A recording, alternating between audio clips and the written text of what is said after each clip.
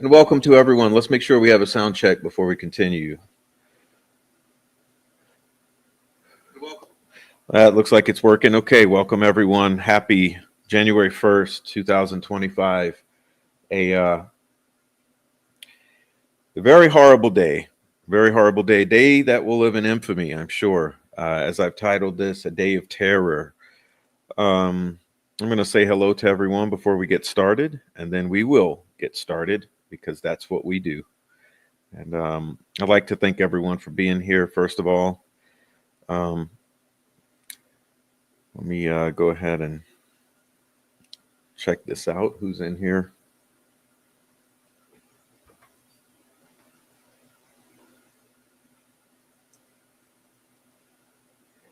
Hey, what's up, sweet dude Shibby? Say what? Don Steele, Don McKenzie, Niobe, Siren Cindy, Who's Your Daddy 11, Katie Beans, or Benes, uh, Sharon Epperson, Oleg Cat, Marianne, Brenda Mays, Tammy Martin,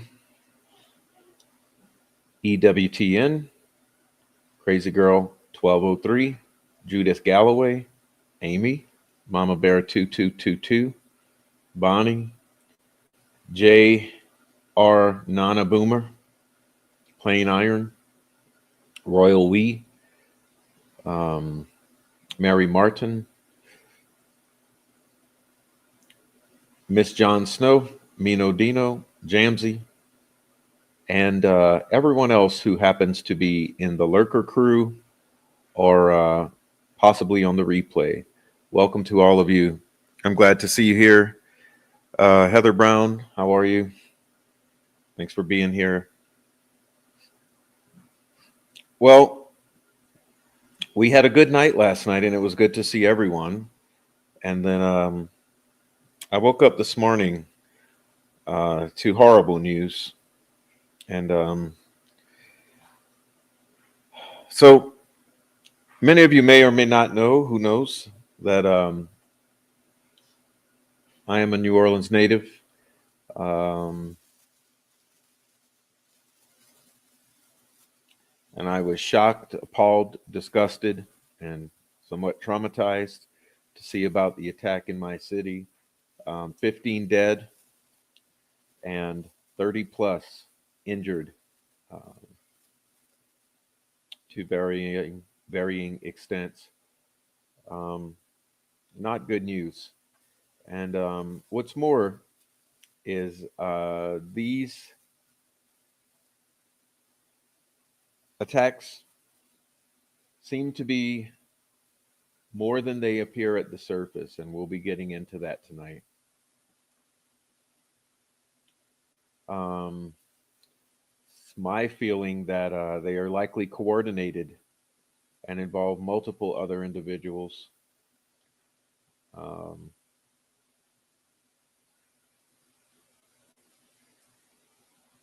why anyone would choose to attack innocent civilians for any grievances with any government bewilders me.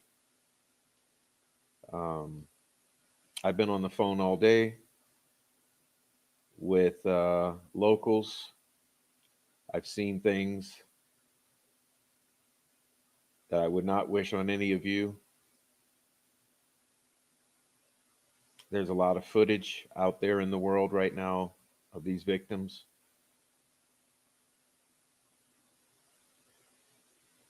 I'm somewhat at a loss for words, but let's start off with taking in a little of this initial press conference. I'll do some reading from some online resources, and we'll be talking about some of the findings of the day. How about that? Thank you, Governor. Thank you, Mayor. Thank you, Senator Kennedy. Thank you to all of our law enforcement agents for doing a yeoman's job, for stepping up at a time when we needed you most, for employing the resources of all of our partners. This is all hands on deck. from the White House all the way down. I've been in communication with the White House since early this morning, Secretary Mayorkas, leaders in all of our federal, local, and state agencies. The President has made it very clear that he intends to bring every resource to bear to not only tell the truth, but to provide the resources to bring these cowards to justice. I want to personally thank the men and women in uniform who put their lives on the line to protect our citizens and our visitors. To our mayor and our governor for acting expeditiously and bringing us all together. To our sheriffs from the surrounding areas who have been Johnny on the spot, recognizing that if it happens in New Orleans, it can happen anywhere. We don't have the luxury of being myopic. In this community, we work together. We don't point fingers. We don't blame. We go after the bad guys. Let it be clear that the full faith and credit of the United States and every agency therein is on the ground, working.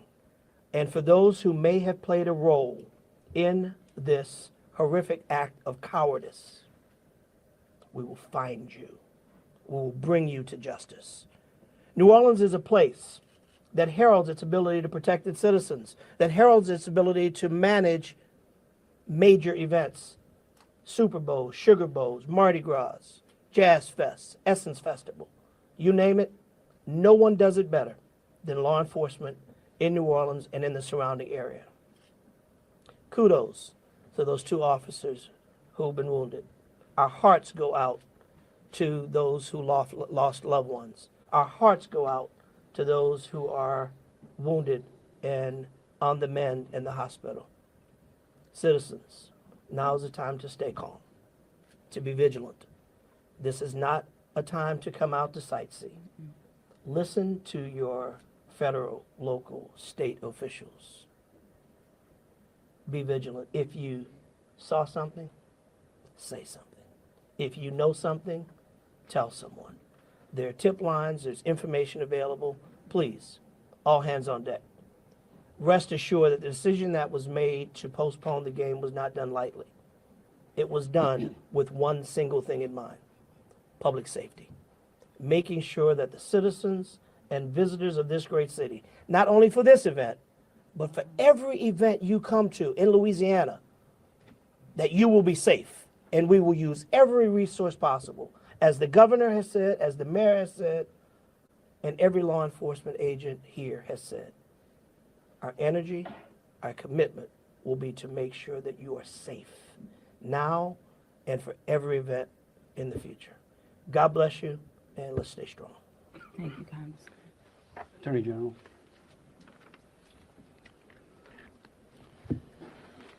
I first want to extend my sincerest condolences to the families of the victims. Parents got a phone call early this morning, that no parent ever wants to receive.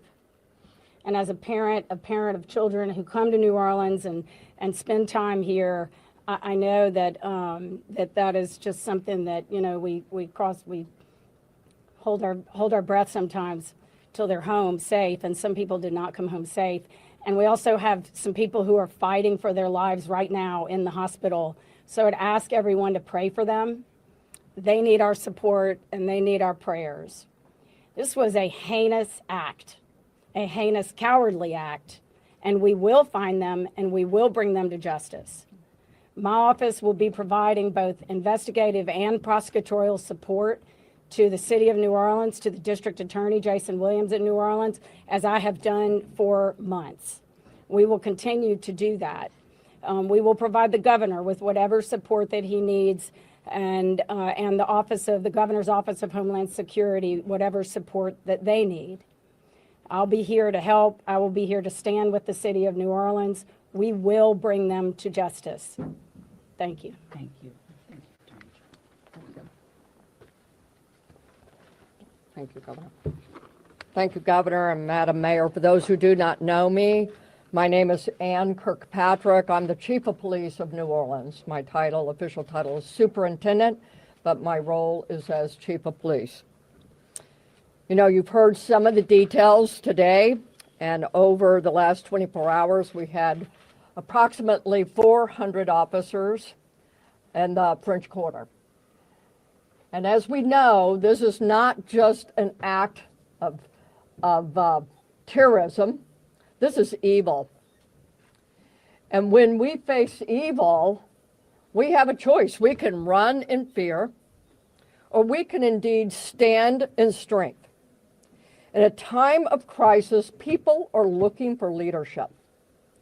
You are looking at the leadership. And I promise you, as the chief of police of this city has been tried by fire before. But fire purifies. Fire makes things stronger. We have a plan. We know what to do. We are going to get these people. There is a path forward. Very pleased that we will be back to having a wonderful game tomorrow night. New Orleans police have proven their ability to make the city safer. Just 2 years ago, we were the murder capital of America. Today, from that time 2 years ago, we have driven our murder rate more than 50% down. So we have a track record. But this is different because it's terrorism. Now, I want to thank all of our law enforcement partners. You're fabulous, and we appreciate the partnership. But last night, 3 of our officers engaged this terrorist who shot at them. 3 of the officers returned fire. Those officers did not run in fear. I liked what the mayor said this morning. New Orleans police and all law enforcement is built. We are built for dealing with evil, with things that would cause others to be in fear, but instead our officers, and last night NOPD particular, stood strong. They did not run. They did kill the terrorist. Yeah, and I wish it was me. I would have loved to be the one. I would have loved to be the one to put him out of his misery. We have 2 officers indeed who received gunfire. They will be okay. We have personally gone to see them. But this is leadership for you. And I promise, as the chief of police of this fantastic city, that I will be strong and firm and fearless. Thank you. Thank you. In wrapping it up, I want to just close with a couple of things. I want to thank Senator Kennedy and Congressman Carter. I want to thank again all of our law enforcement officers out there. I want the families of the victims to know that I will be issuing an executive order that tomorrow, when Notre Dame plays Georgia, every flag of every state building in this state is going to be at half-mast. In remembrance of them, but remembering something else. That fear in this state is a liar. And these folks right here are going to make sure that justice is served. And for the citizens out there that were thinking, well, man, do I really want to go to the Sugar Bowl tomorrow? I tell you one thing, your governor's going to be there. That is proof, believe you me, that that facility in this city is safer today than it was yesterday.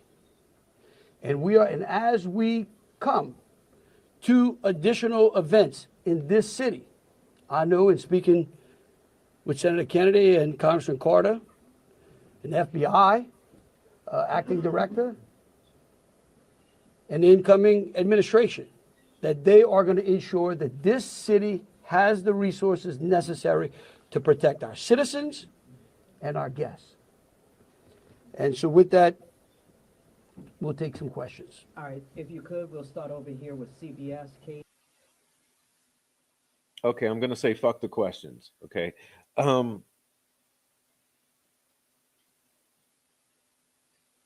So this morning, he signed in and a state of emergency, okay, where it says, whereas the governor is responsible for meeting the dangers of the state or to the state and the people presented by emergencies and disasters. Whereas the Louisiana Homeland Security and Emergency Assistance and Disaster Act confers upon the governor of the state of Louisiana emergency powers to address disasters resulting from natural or man made events that cause or threaten loss of life, injury, or property damage, as well as emergencies which include actual or potential conditions created by such disasters. Whereas when the governor determines that a disaster or emergency has occurred, or a threat of life is imminent, empowers him to declare a state of emergency or a disaster by executive order, which has the force and effect of law. Um,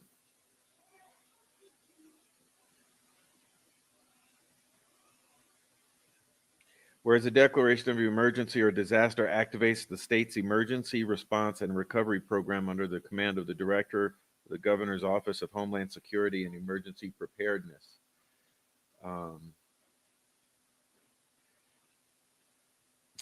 Whereas the governor's offices of Homeland Security and Emergency Preparedness is responsible for determining the requirements of the state and its political subdivisions for food, clothing, and other necessities and supplies in a designated emergency area, whereas RS 29724 authorizes the governor during a declared state of emergency or disaster to direct and compel the evacuation of all or part of the population from any stricken or threatened area within the state when he deems such evacuation necessary for the preservation of life or other disaster mitigation, response, or recovery, whereas the governor may prescribe routes, modes of transportation, and destination in connection with evacuation. Whereas the governor may make provisions for the availability and use of temporary emergency housing, whereas the governor may regulate ingress and egress to and from a disaster area, control the movement of persons within a certain area, and manage the occupancy of premises therein. Whereas the governor determines that a disaster emergency has occurred, the Louisiana Homeland Security and Emergency Assistance and Disaster Act confers upon the governor the power to utilize all available resources of the state government and each of political subdivision of the state as reasonably necessary to cope with the disaster or emergency.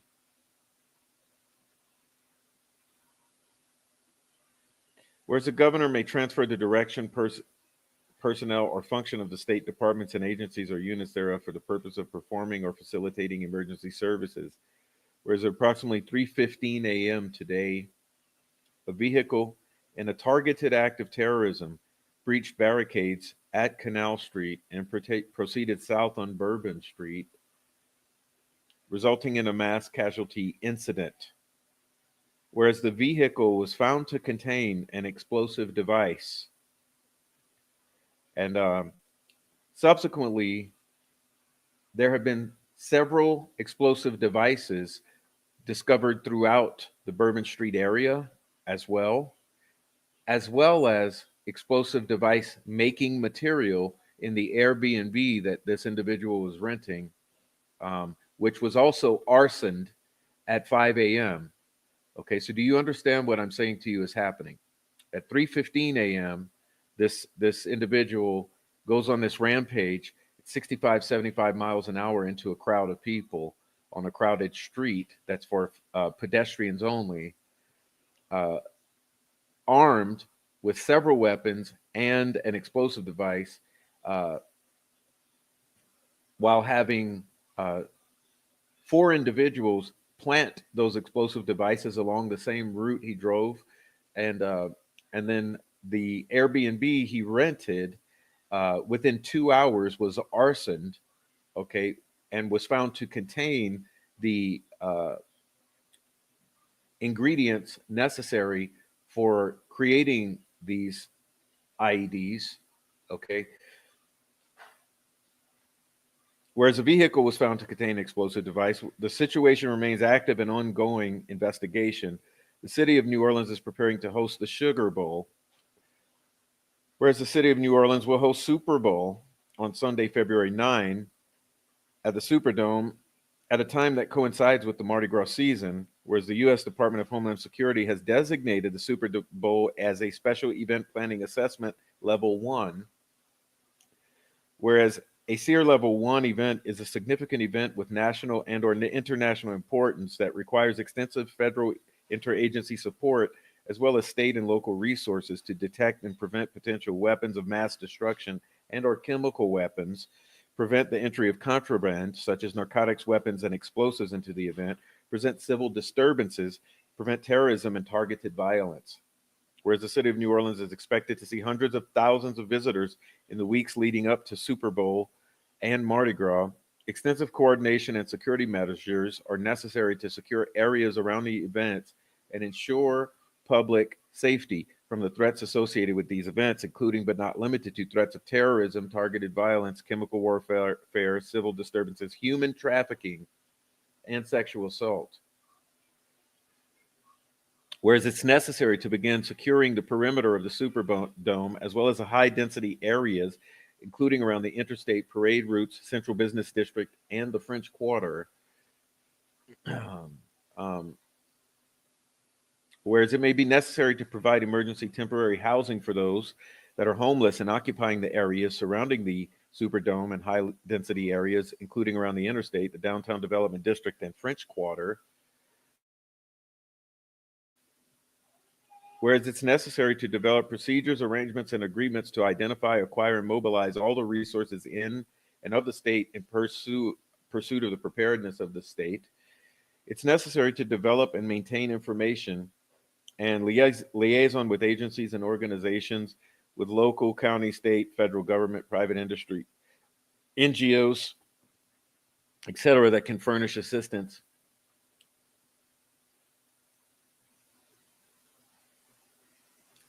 in an emergency or disaster. It's necessary to build, equip, organize, and maintain emergency operation centers as a control and coordination facility for state departments and agencies, private industry, and volunteer groups to come to work together.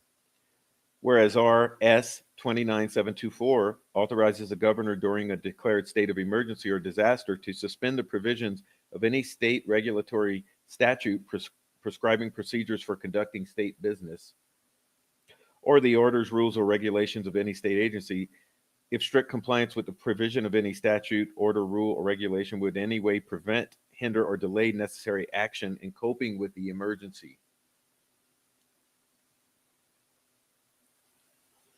Whereas the governor determines that a disaster or emergency has occurred or the threat thereof is imminent, empowers the governor, or RS 29724 empowers the governor to declare a state of emergency by executive order or proclamation or both. Now, therefore, I, Jeff Landry, governor of the state of Louisiana, by virtue of the authority vested by the Constitution and laws of the state of Louisiana, do hereby order and direct as follows. Okay. Section 1, pursuant to Louisiana Homeland Security and Emergency Assistance and Disaster Act, a state of emergency and disaster is hereby declared to exist as a result of the emergency conditions that currently threaten the lives, safety, and property of the citizens of Louisiana. Section 2, pursuant to RS 29724, the designated emergency area is the parish of Orleans. Section 3, the director of the governor's office of Homeland Security and Emergency Preparedness is hereby authorized to activate the state's emergency operations plan. Okay, that's the key. As needed, and undertake any activity authorized by law that he deems appropriate in response to this declaration. The director of the governor's office of Homeland Security and Emergency Preparedness shall take immediate and appropriate action to determine, direct, mobilize, and coordinate state resources as needed.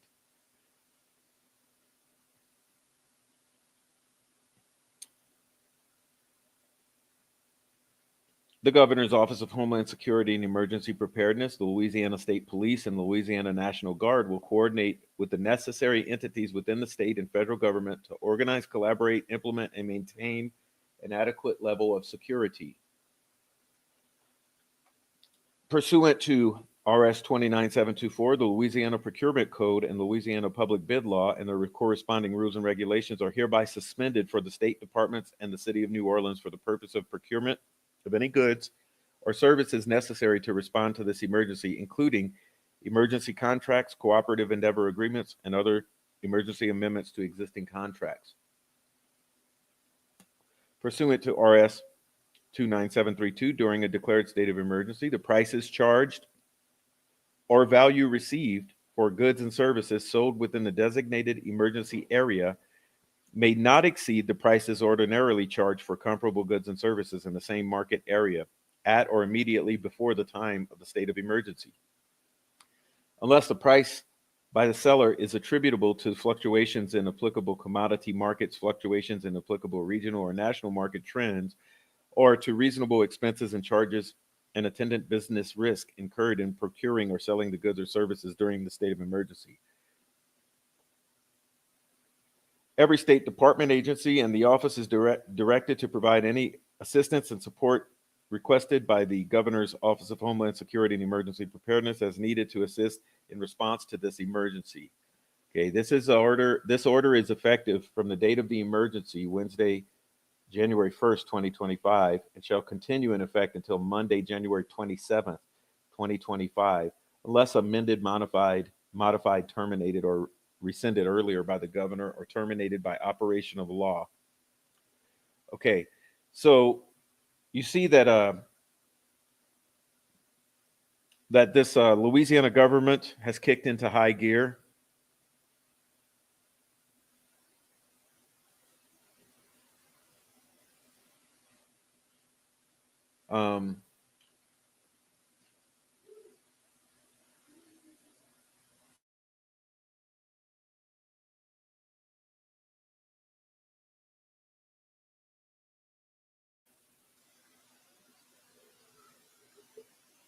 And as I said, it's important to understand that the government at this time is stating that this is not a lone wolf attack. This is a coordinated attack. At least 4 involved. They're believing now at this particular time that it's a terrorist cell that is implanted into the area of New Orleans and possibly the Gulf South, including Houston. There were also activities and deployments at the in Houston at this individual's residence in Houston. They're believing at this time, because the vehicle changed hands several times, that this was a that it was highly coordinated. Okay. Now let me see what I can do here.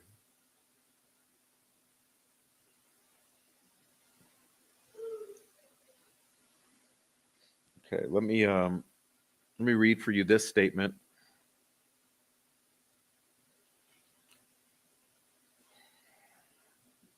FBI statement on the attack in New Orleans from the FBI.gov.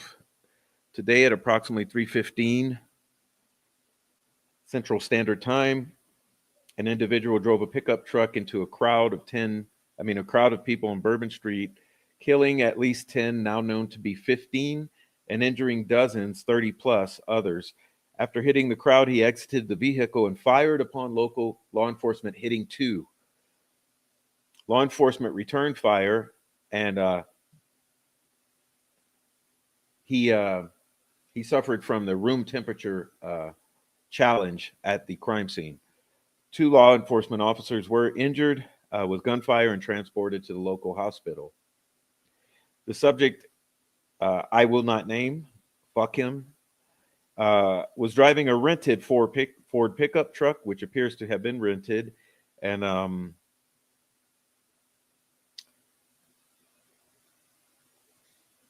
FBI is working to determine the subject's potential affiliations, associations with terrorist organizations.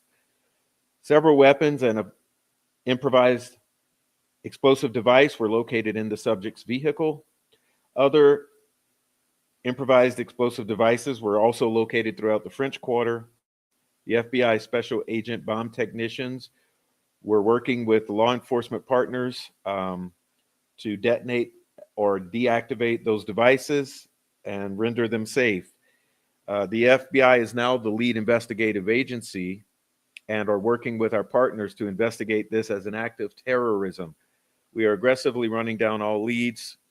The FBI has set up a digital tip line at fbi.gov/Bourbon Street attack.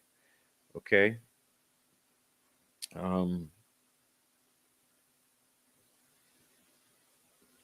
Now,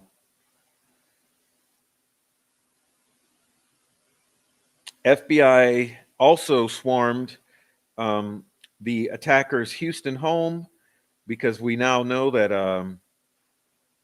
at least 15 people were dead as a result of the attack. And as I said, more than 35 injured. The motives are unknown, but it is presumptively being called a terrorist attack. The FBI on Wednesday morning said it was investigating it as an act of terrorism.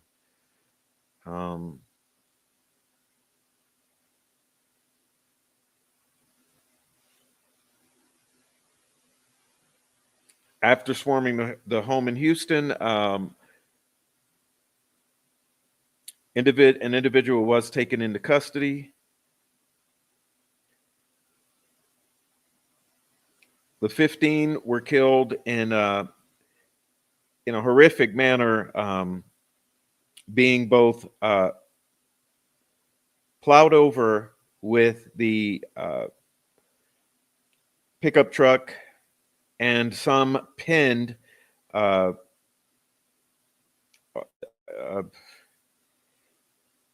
horrific injuries that I choose not to describe for you. I'll skip that one. This suspect had discussed openly plans to kill his family and join ISIS, okay? Much like a bunch of the Vinlanders, he had served in Afghanistan, and he said in various videos that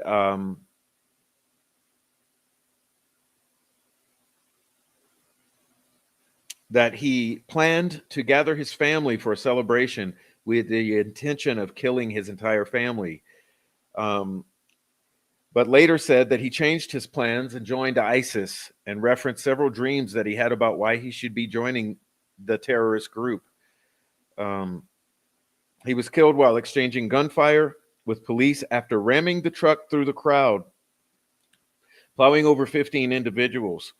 He had explosive devices and an ISIS flag in the truck he drove. Law enforcement authorities are reviewing the videos he made, and his YouTube channel has been taken down. Jabbar served in the Army for more than a decade. An Army spokesperson told media. He was deployed from Afghanistan from February 2009 to January 10. All right.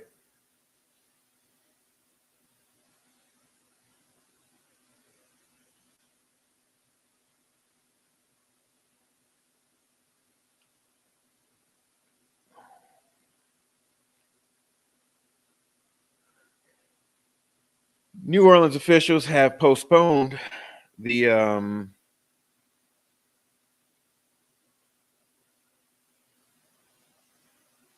ball game that was planned for tonight.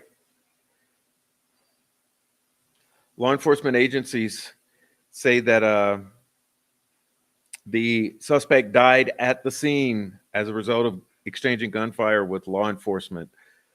At least 15 are dead, 35 reported with varying degrees of injuries. The numbers of deaths will likely continue to increase due to the severity of the injuries to the other individuals.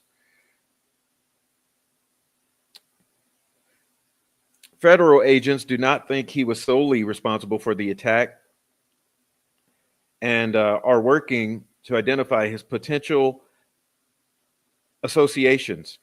FBI Special Agent Alethea Duncan said.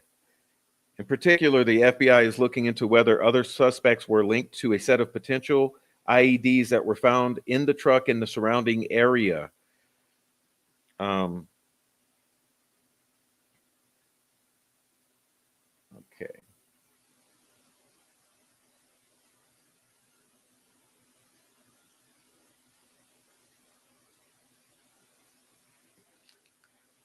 All right. I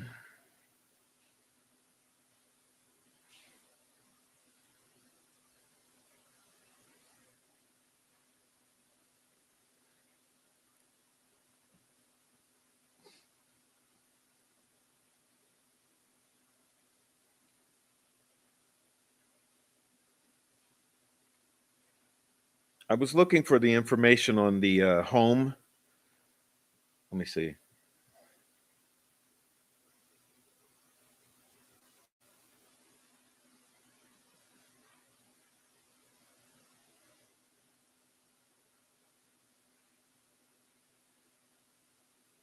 It says law enforcement is still at the suspect's Airbnb.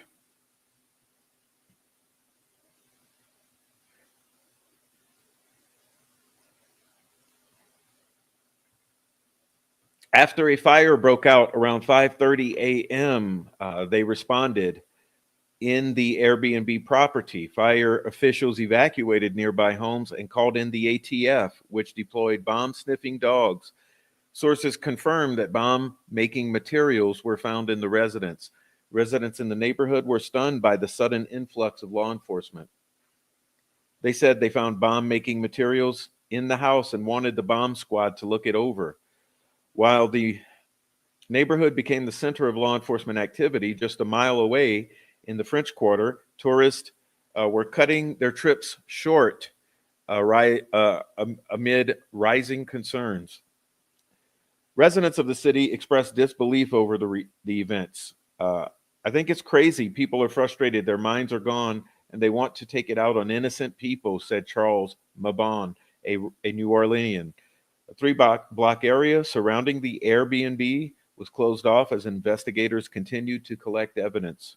Law enforcement officials have not provided a timeline for when the area will be reopened to the public. Okay. Now, we know that is the basic summary. I think for all of you who had any questions about whether this was a lone wolf attack or not, you need to pull your head on out of your ass. This was clearly not a lone wolf attack. That's already been determined. Like I said, the individual exchanged or the vehicle changed hands so that this individual was not the person who rented it.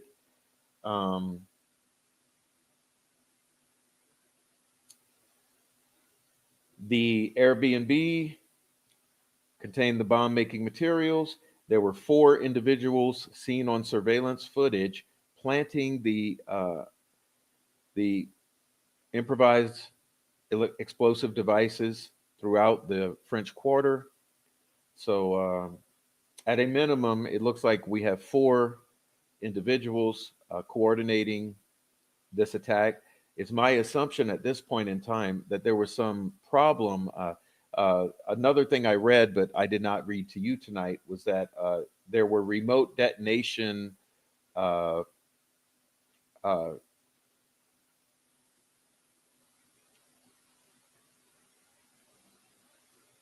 uh, the improvised the improvised explosives were rigged with remote detonation devices.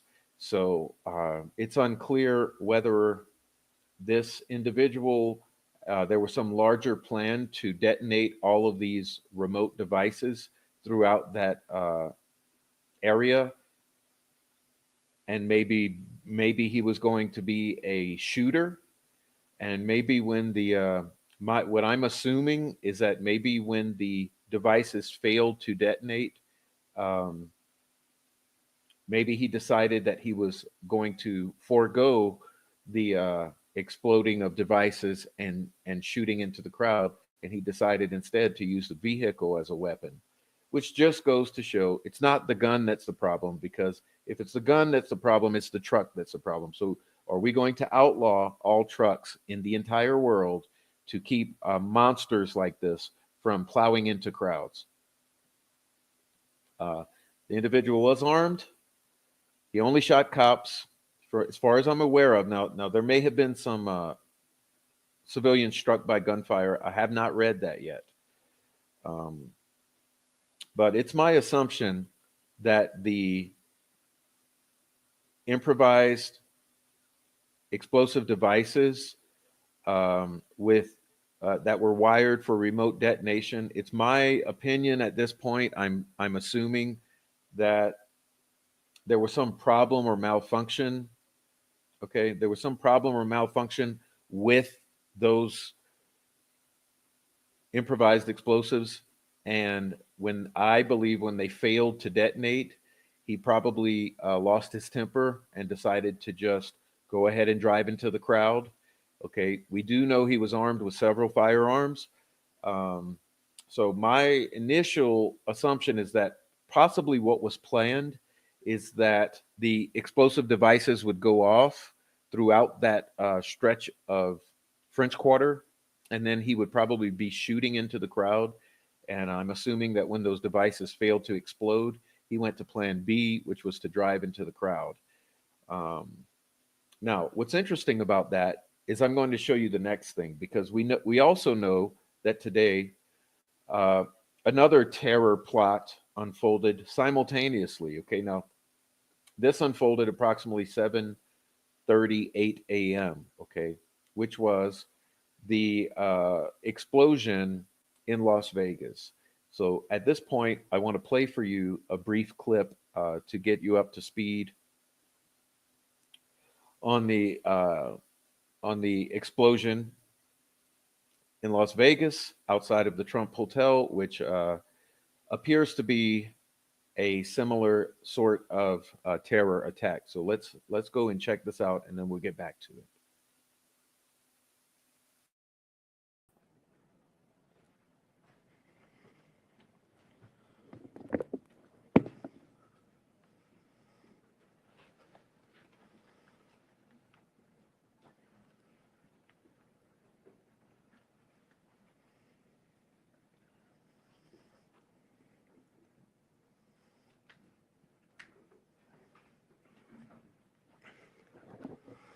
Okay, good afternoon. My name is Kevin McMahill. I'm the sheriff of the Las Vegas Metropolitan Police Department. I'm here to give you really a brief update on what occurred on Las Vegas Boulevard this morning.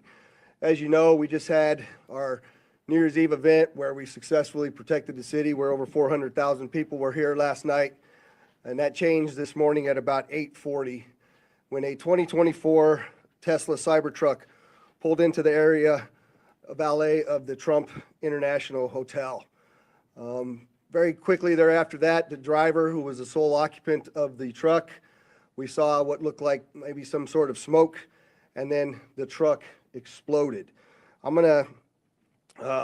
Smoke was coming from inside of the truck after we noticed the flash and the explosion, and I'm gonna show you that first video. That's the Cybertruck parked right in front of the doors.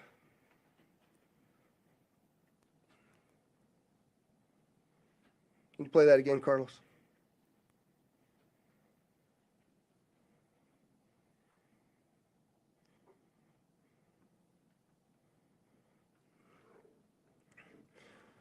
So the individual that was in that truck is obviously deceased, still in the truck as we speak here today. Our fire department folks, Engine 12, a number of others, you'll hear from one of the fire chiefs here in just a moment, arrived very quickly along with my officers. And obviously we knew that we had a much larger event than just a vehicle fire. And so there's going to be a drone video that plays to my left again. You'll see as the fire initially, they covered it with the tarp to try to get it to go out. Once the fire went out through the suppression efforts of the fire department, you'll see some of the evidence in the back of the vehicle. So those are gasoline canisters. They are camp fuel canisters and large firework mortars.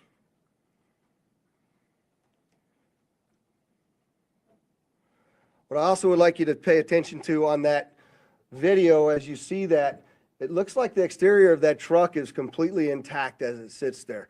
The fact that this was a Cybertruck really limited the damage that occurred inside of the valet, because it had most of the blast go up through the truck and out. In fact, if you look on that video, you'll see that the front glass doors at the Trump hotel were not even broken by that blast, which they were parked directly in front of. You can see that in the video there.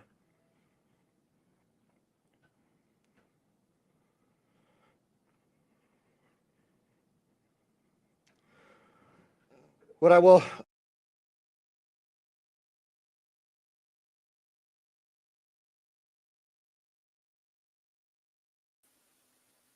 Okay, I just want to come in and pause this for a moment.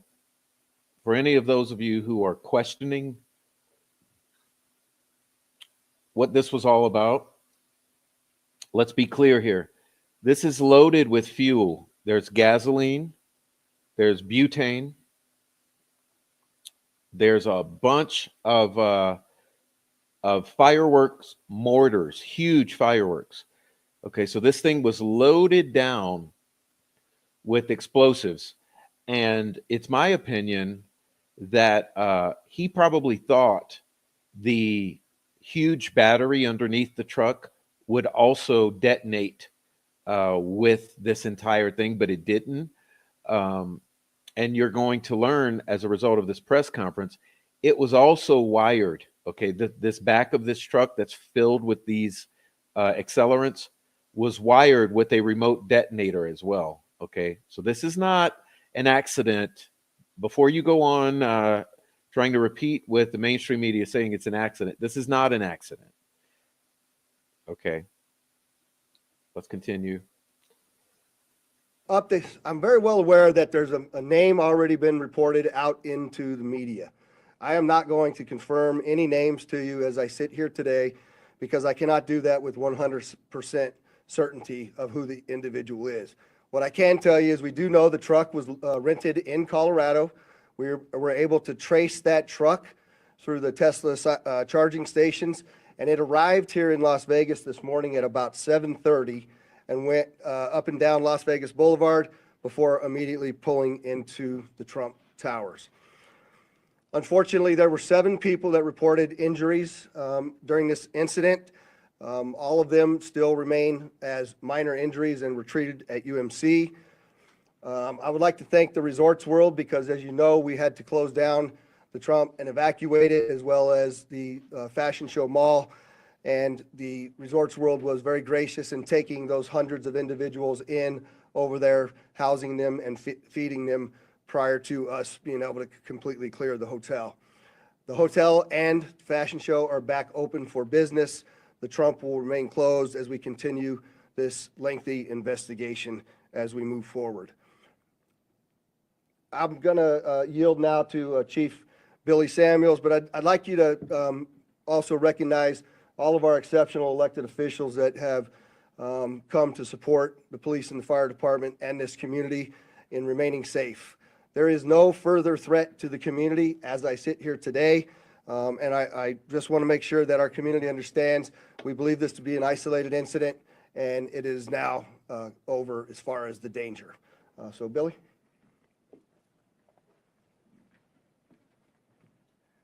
Thank you, Sheriff. I'm going to reiterate some of the stuff that the Sheriff has spoken upon. Engine 12 did arrive within 4 minutes of dispatch, did extinguish the fire with assistance from the sprinkler systems, and along with that electric vehicle blanket that we use on those operations. We did encounter 7 victims, all stable. 2 of them were transported to UMC, who have since been released. They were transported by community ambulance. A total of 13 units from Clark County Fire with 26 personnel, and then 4 units and 17 personnel from Las Vegas Fire and Rescue assisted with this operation. We always do appreciate the support that we get from our hotel partners, as the Sheriff was mentioning with Resorts World. RTC did lend us 10 buses so we can refuge the people that were evacuated from the Trump Tower. Community Ambulance for their transportation for us, Las Vegas Fire and Rescue, and Nevada Division of Emergency Management. And we do appreciate their support, so we can't do that without them. And like the Sheriff said, last night was a huge success, but we are prepared for whatever comes our way. So thank you for that. And I will turn this over to Special Agent in Charge, Jeremy Schwartz. Good afternoon. My name is Jeremy Schwartz. I'm currently the Acting Special Agent in Charge for the FBI here in Las Vegas.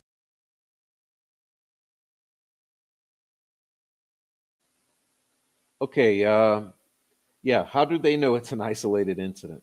And how do they know that there's no threat to the community? It's it's shit like that that just infuriates one. But let's see. I'm trying to bring it back here. Let's bring it back. So those are, Yeah, there we go. So to be clear, okay, Tesla trucks do not run, or cyber trucks do not run on gasoline. So there's no need for this large amount of gasoline in the back of the truck. How many gallons of camping fuel does he need back there? Okay, so it's clear what this was. It's just interesting how the mainstream media always wants to run with a certain narrative initially. But this was known immediately. You know, as soon as the fire was out, this was known. This is why they are doing this press conference, to reveal it. Okay.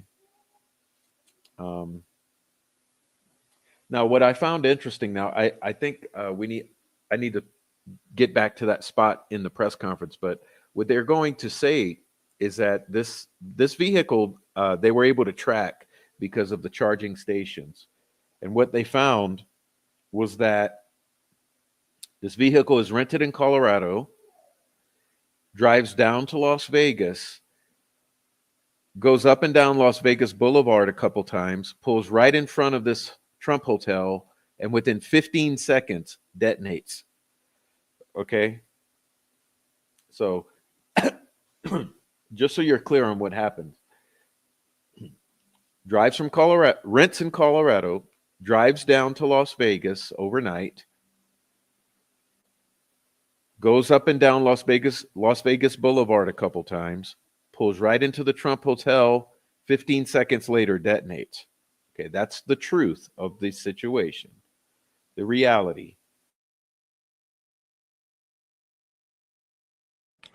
do I think it's a coincidence? I don't know. We are looking at that individual. That there's a bunch of folks out there supporting this or helping this, and we don't believe that there's any other danger to the community right now. But again, over the next few hours and days, we will continue to do our best to research that as much as we can and get to the bottom of this, and we won't stop until we're 100% certain as to what happened and why. Thank you. So I just want to clarify again so that I don't get these questions. We do know who rented the truck. We are looking at that individual, but I am not prepared to release the name of any of the individuals that we are looking at least until next of kin is notified and we have a 100% identification. So with that, I'll take any questions you might have. I can't see. Hi, Dana. Do you think it's a coincidence that there were these kinds of incidents on the same day, basically, in two tourism capitals? Do I think it's a coincidence? I don't know, but what I can tell you is we're absolutely investigating any connectivity to what happened in New Orleans, as well as other attacks that have been occurring around the world. We're not ruling anything out yet, Dana. Is there any possibility that this had a link to ISIS? There have been suggestions that the New Orleans attack might have. Yeah, so the question is there any links to ISIS? And I will tell you that we don't have any indication of that here in Las Vegas, no overt ISIS flag as was seen in New Orleans. But again, we are investigating every aspect of this, and if that comes to light, we'll certainly update you. I'm sorry, sir. What was the time between the truck's arrival and the explosion? About 1 hour was the amount of time between the arrival of the truck here in Las Vegas, or at least our first notification of the arrival and the explosion that occurred at the tower. How long was it in the porte-cochere before the explosion? It was only there for about, it was sitting in the porte-cochere for about 15 seconds before it exploded. Was that 15? Where'd Dory go? The 15 to 20 seconds, I just want to make sure I gave you the right info. Connection of the Elon Musk, Tesla, Donald Trump connection to be interesting from an investigative perspective? Well, I mean, it's a Tesla truck, and we know that Elon Musk is working with President-elect Trump, and it's the Trump Tower, so there's obviously things to be concerned about there, and that's something we continue to look at. Have you all now re-examined security procedures at hotels? Yeah, so I'm glad you asked that question. Do we need to re-examine security procedures? We were very successful in the night before. I'm surprised this happened, to be quite frank with you, and that's certainly something we're going to have to look at in target hardening, what that looks like. But to your question, Dana, I did forget to mention that I have authorized what we call an ABX roster to continue for the next 2 days, which is my New Year's Eve staffing plan of over 1,000 officers, both in our community neighborhoods as well as on the Strip and downtown, in partnership with all of the other law enforcement agencies, City of Las Vegas Marshals, North Las Vegas, Henderson, just to ensure that even if we had a copycat or somebody else wanted to go up and conduct an attack, that we have the appropriate and available resources to handle it. Have you all found any devices inside the Cybertruck that could have been used to set off those explosives? No, the question is, did we find any devices that would be used to set off the explosives? And the answer is no, I don't know how they were ignited. Clearly, with what you see in there, something set them off, but I don't know what it was yet. We haven't been able to process the vehicle yet. Has LVMPD been in contact with Tesla code to get analytics from the vehicle cameras? Yes, actually, I have to thank Elon Musk specifically. He gave us quite a bit of additional information in regards to how the vehicle was locked after it exploded due to the force of the nature of the force from the explosion, as well as being able to capture all of the video from the Tesla charging stations across the country, and he sent that directly to us, so I appreciate his help on that. I'll take one more question. I'm sorry, you got to speak up for me. Elon Musk is saying this vehicle and the vehicle in New Orleans were rented from the same company. Has there been any other indication that these two events might be associated? It's another, the question is both vehicles, I'm being told New Orleans was rented from Turo and so was ours. That's another coincidence that absolutely is continuing to bear from our investigation that we have to continue to look into. So thank you very much. And as we get additional information for all of you, I'm sorry, I'll give you a shot. Are investigators using any of the city license plate readers this season? That's the question is, are we using the license plate readers and the technology? Well, one, you see the drone flight through the vehicle because it was unsafe to get there, so that we're using that technology. Thankful to have it, as well as the first indication of that vehicle arriving here in Las Vegas came from a license plate reader. So technology has been very useful to us in resolving this. And again, I'll commit to come back to you all when we have confirmation of the suspect's name, who they are, what their background is. We will get that information back out to you. We'll call another press conference and provide it. And I just like to again thank the mayor, the commissioners, the other law enforcement leaders, and of course our attorney general for showing up and supporting us in this event. It's been a statewide effort, and I appreciate it. Thank you. Okay. So that's pretty much the most recent update from Las Vegas. As you can see, there's more to that story, which was my point in showing it to you. I know many may have not seen that. So from the AP, firework mortars and camp fuel canisters were found stuffed into the back of the Tesla Cybertruck that exploded outside President-elect Donald Trump's Las Vegas hotel early Wednesday, killing a suspect inside the vehicle and sparking an intense investigation into possible terrorism. Las Vegas Metropolitan PD and Clark County Fire Department officials said that a person died inside the pickup truck and 7 people nearby suffered minor injuries. By late Wednesday afternoon, authorities were still working to get the body out of the vehicle and start processing evidence inside.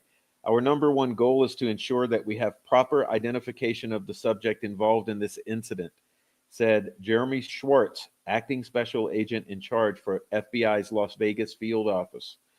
Following that, our second objective is to determine whether this was an act of terrorism or not. Well, I guarantee you it was. Let's stop fucking around here. Police Department Sheriff Kevin McMahill said authorities know who rented the truck with the Turo app in Colorado, but are not releasing the name until investigators determine if it's the same person who died. He said video captured at Tesla's charging stations provided by CEO Elon Musk helped authorities track the vehicle's journey, arriving in Las Vegas around 7:30 a.m., then driving about an hour later into the valet area of the Trump International Hotel, where it sat 15 seconds before the explosion occurred. Video presented at the press conference showed a tumble of charred firework mortars, canisters, and other explosive devices crowded into the back of the pickup. The truck bed walls were still intact because the blast shot straight up through the windows rather than to the sides. Musk said Wednesday afternoon that we now have confirmed that the explosion was caused by very large fireworks and a bomb carried in the bed of the rented Cybertruck and is unrelated to the vehicle itself. All vehicle telemetry was positive at the time of the explosion. In an earlier post, Musk said that his entire senior team was investigating the explosion, and we've never seen anything like this. Musk has recently become a member of Trump's inner circle. Neither Trump nor Musk were in Las Vegas the morning of the explosion. Both had attended Trump's New Year's Eve's party at Mar-a-Lago in Florida. This is a Tesla truck, and we know that Elon Musk is working with President Trump, and it's the Trump Tower, McMahill said. So there's obviously things to be concerned about, and it's something we will continue to look at. The truck explosion came hours after a driver drove a truck into a crowd in New Orleans' famed French Quarter early New Year's Day, killing at least 15 people before being shot by police. That crash is being investigated as a terrorist attack, and police believe the driver was not acting alone. We are absolutely investigating any connectivity to what happened in New Orleans, as well as any other attacks that have been occurring around the world, McMahill said. We aren't ruling anything out. In a statement, Toro said it was working cooperatively with authorities. Remember, both vehicles were rented, oddly enough, through Toro.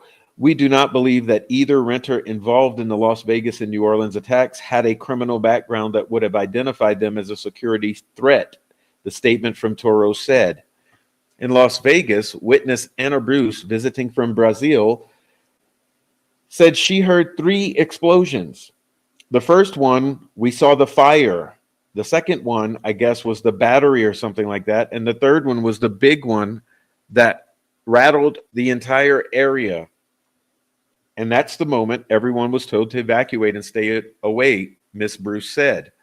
Her travel companion, Alcides Antunes, showed video he took of flames lapping the sides of the silver-colored vehicle. The 64-story hotel is just off the Las Vegas Strip and across the street from the fashion show Las Vegas shopping mall. All right. Now,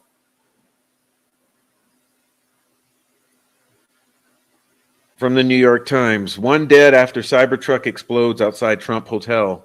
At least 7 people were injured, authorities said. They believe that it could be an isolated incident, but had not ruled out a connection to New Orleans.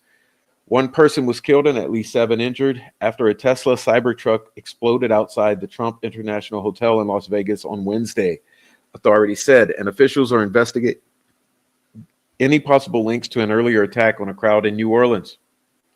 Sheriff McMahill of the Las Vegas Metro PD said during a news conference that the authorities believe this to be an isolated incident, but have not yet ruled out a connection to the Wednesday morning attack in New Orleans that killed 15 people.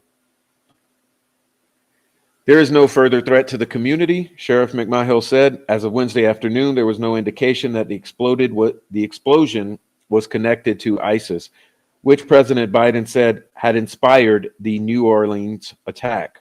But investigations remain ongoing. At a news conference on Wednesday, Jeremy Schwartz, the acting FBI special agent in charge of Las Vegas, said the agency was investigating whether the explosion was an act of terrorism or not. Well, I guarantee you it is. I know everybody's interested in that word and trying to see if we can say, hey, this is a terrorist attack, Mr. Schwartz said. That's our goal, and that's what we're trying to do, says the Fed. Okay. Sheriff McMahill said the authorities found gas canisters, camp fuel canisters, and large firework mortars in the back of the Tesla Cybertruck. It was unclear how they had been ignited, although remote detonation devices were found. The authority said that the truck had been rented in Colorado using Turo, the same car rental app used in the New Orleans attack. The authorities have been able to trace the car back to Colorado using video footage captured at charging stations. The truck arrived in Las Vegas at around 7:30 a.m. local time and gone up and down Las Vegas Boulevard before immediately pulling into the Trump Hotel. 15 seconds later, it detonated with the driver inside. In a statement, a Turo spokesperson said the company is working with authorities as they investigate both incidents. And remember, the FBI is the lead on both of these, okay?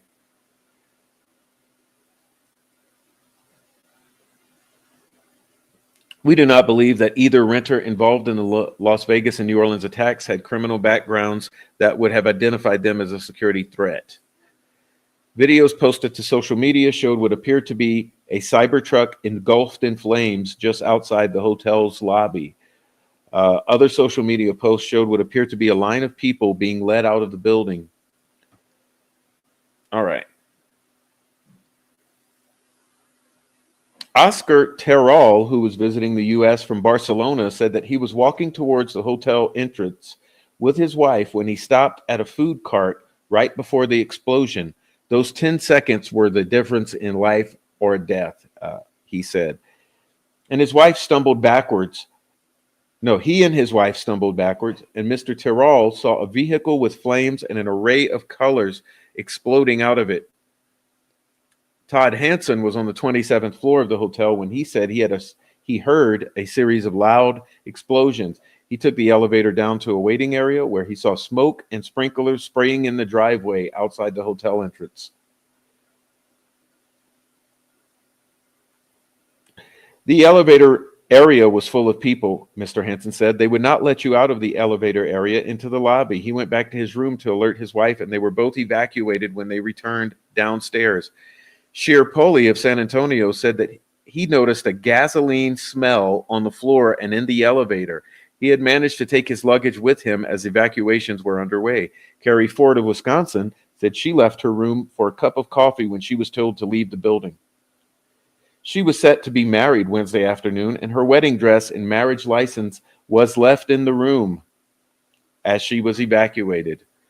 We didn't know there was anything going on, Miss Ford said. We just happened to come down for coffee, and they're like, you have to evacuate. The incident comes as Mr. Musk has cultivated a close and highly public relationship with President-elect Donald Trump. Mr. Musk has been using a cottage at Mar-a-Lago.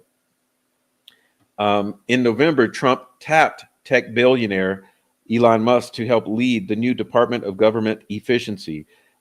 As federal filings revealed in December showed that Mr. Musk has spent more than $250 million in the final months of the presidential campaign.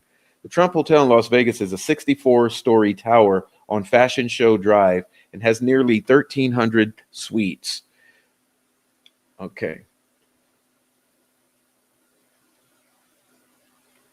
Now, I'm glad that you said this, Bion, because I wanted to say that. And I'm going to leave the reading for now. We're done. So my commentary tonight begins with this idea here that do you find it odd that both of these attacks were suicide missions? What are the odds? What are the odds that you would find someone willing to kamikaze themselves for this type of attack? Okay, so you had the New Orleans attacker who happened to be clad in military garb with full body armor and a ballistic helmet. Now, I'm not sure if you guys realize that yet, but the attacker in New Orleans was wearing military fatigues, camouflage, full body armor, and a ballistic helmet.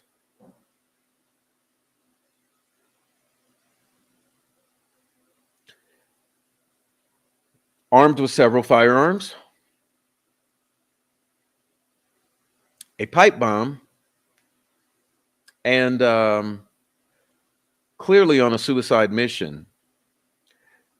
And our Cybertruck driver, who also coincidentally rented from Toro,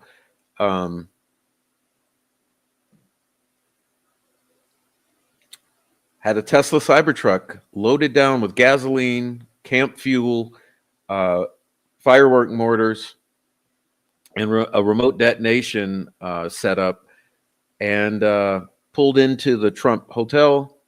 Within 15 seconds, detonated his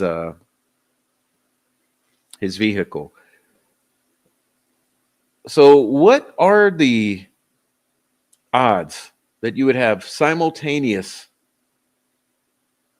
coordinated suicide missions?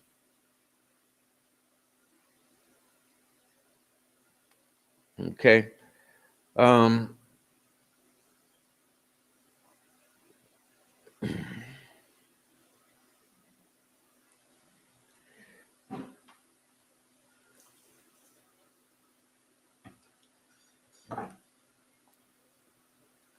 So, like I said,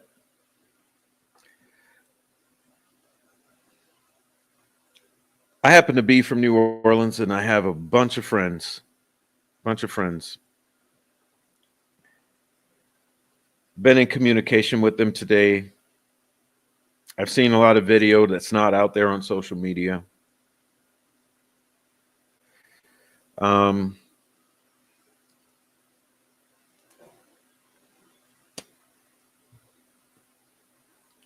It's absolutely horrendous to imagine what people would do.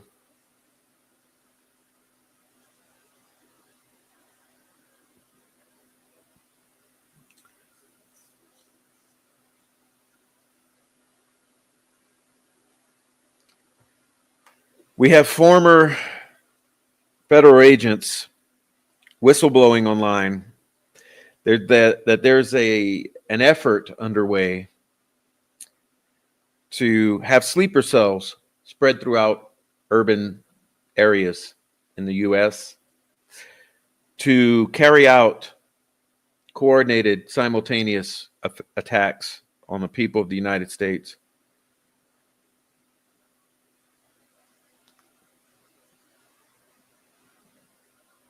And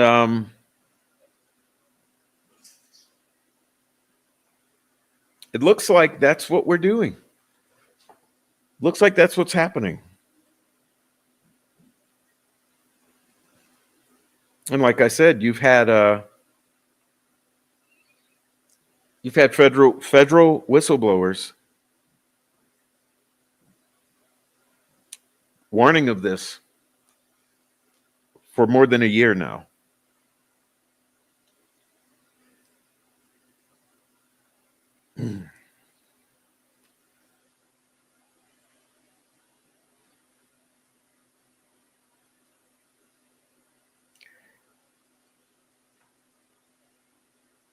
Now, keep in mind that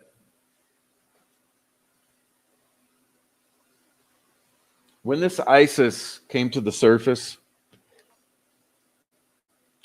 was a time when there was an attack or an effort to neutralize Al Qaeda, and I found it odd at the time that just about the time Al Qaeda was being defeated, that ISIS seemed to rise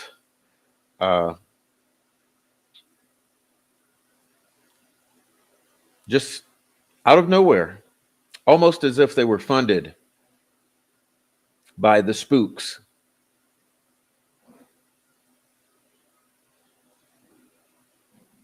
So it's odd to be having so-called ISIS attacks here in the United States at this very time, too. At this very time.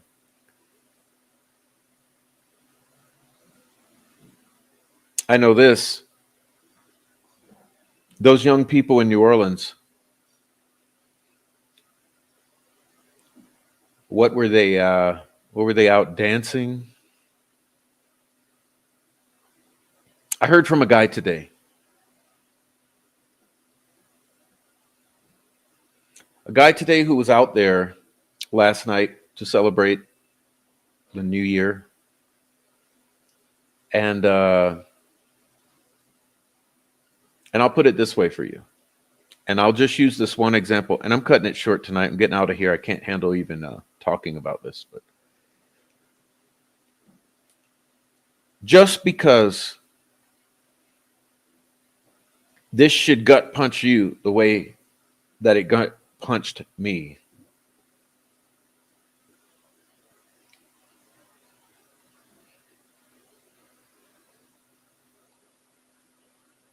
this young woman last night,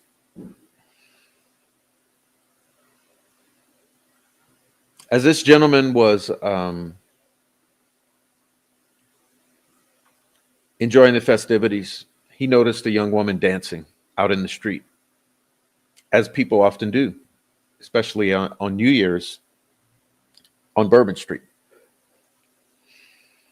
And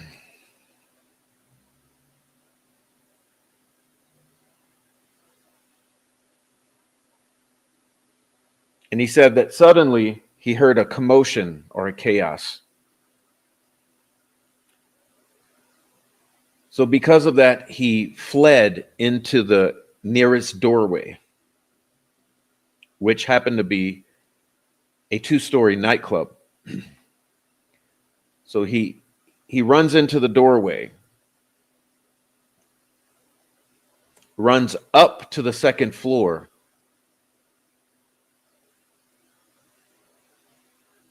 and goes out on the balcony. And this whole time, he's hearing screams, crashes, screeching of tires.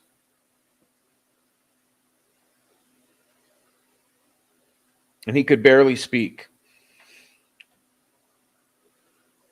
And he said when he stepped out onto the balcony to look at what had just happened,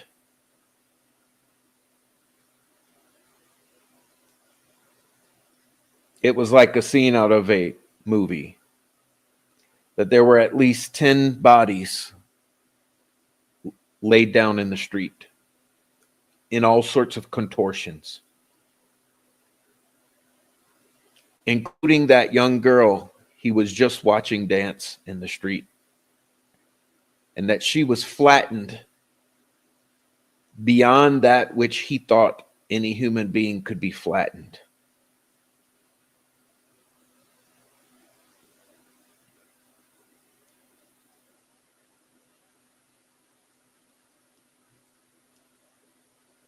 And I want you to think about her last moments. Only out to celebrate the new year and enjoy.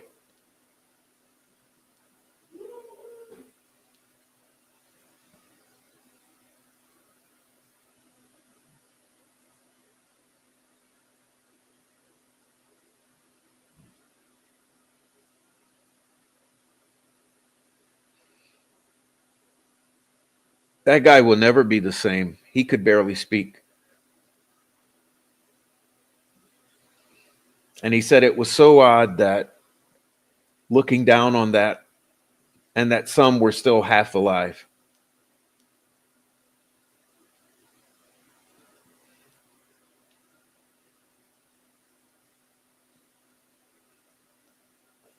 And no one was helping them.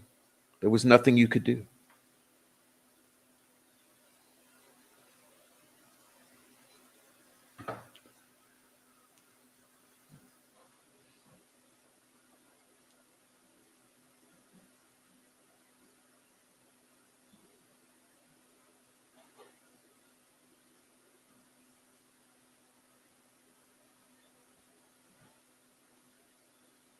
What kind of solution is that to problems in our world?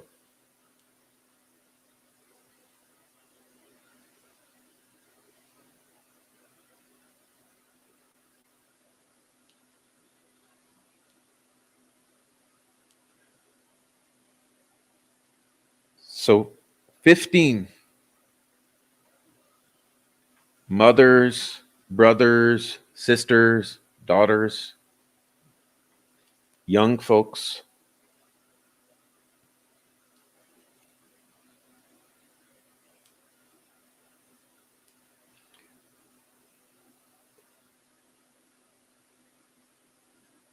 who couldn't even move out of the way in time to be plowed over, to not be plowed over.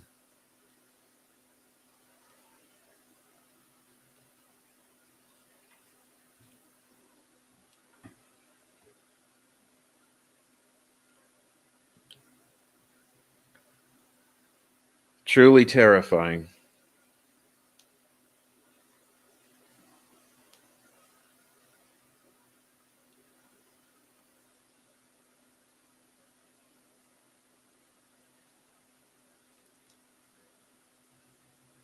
And the fact that we sit here night after night, hour after hour, year after year,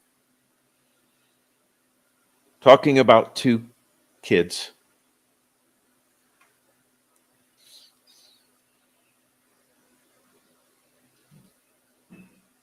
And just last night, we lost 15 in 5 seconds.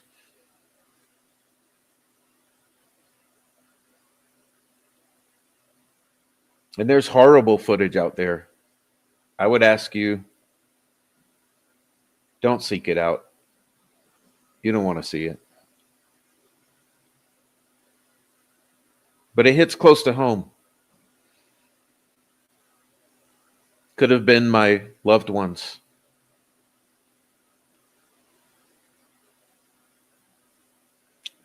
Actually, could have been me.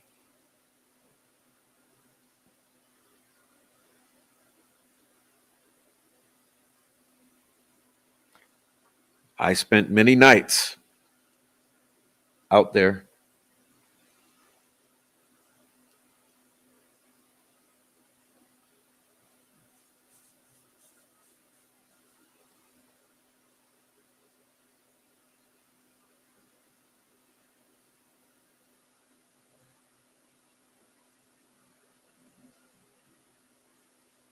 And the thing is,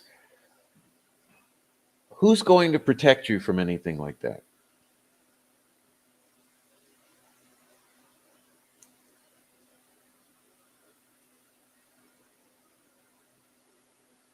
I mean,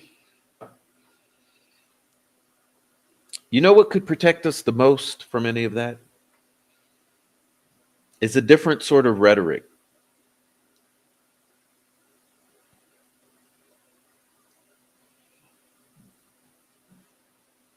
We've allowed ourselves to become victimized by extremist, hateful rhetoric.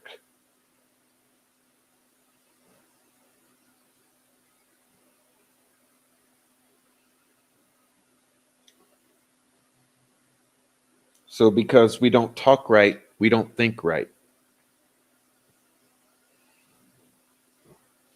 And that's the disease that's infecting our world.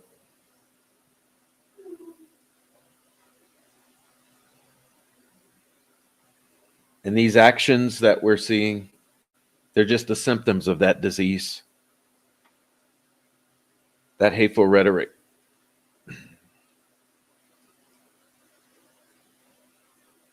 And we even face it here. We even face it here discussing these Delphi murders. You know, you think about it, why should we face regular death threats? Think about the hateful rhetoric that we experience on a daily basis because we discuss the Delphi murders.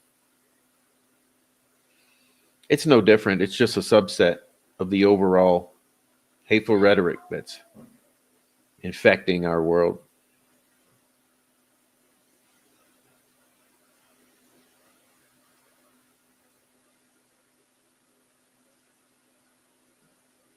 And it's not anything that's new. It just didn't develop overnight. This has been a long time coming. But it's been allowed. It's been allowed and it's been encouraged.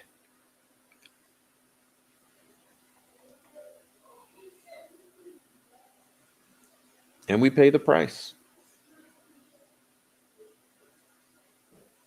And those people in New Orleans last night or this morning, they paid the price.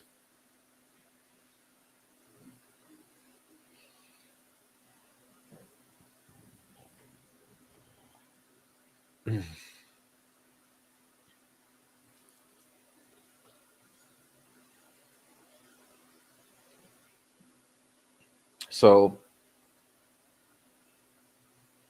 I don't know what kind of solution is there to that other than that it starts at home. That's what I say.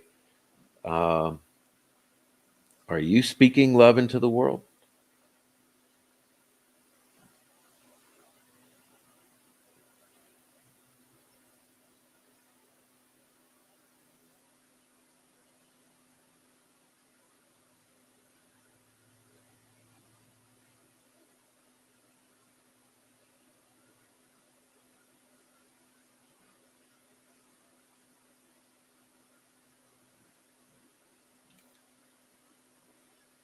So with that, I'll leave it at that.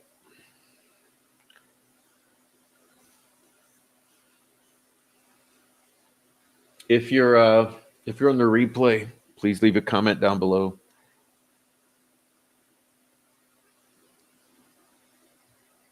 I am so sorry that you missed the live chat because we really do have wonderful people in the live chat.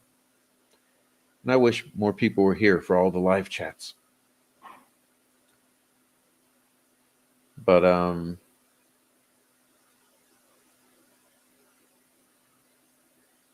we don't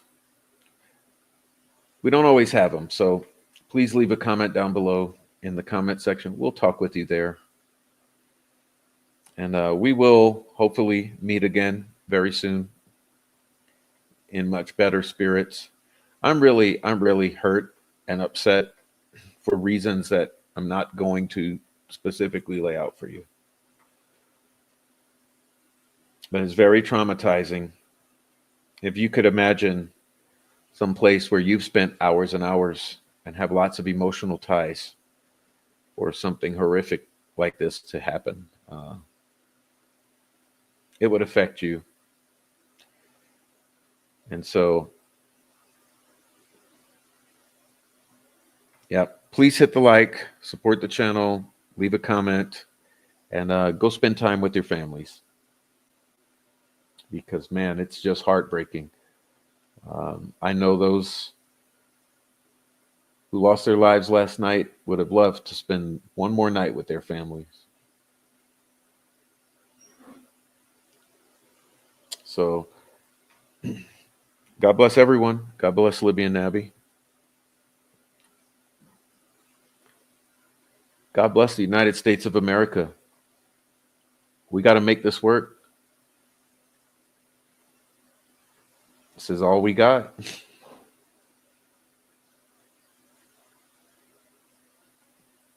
So let's make it work. Hug your kids, hug your wife. Good night.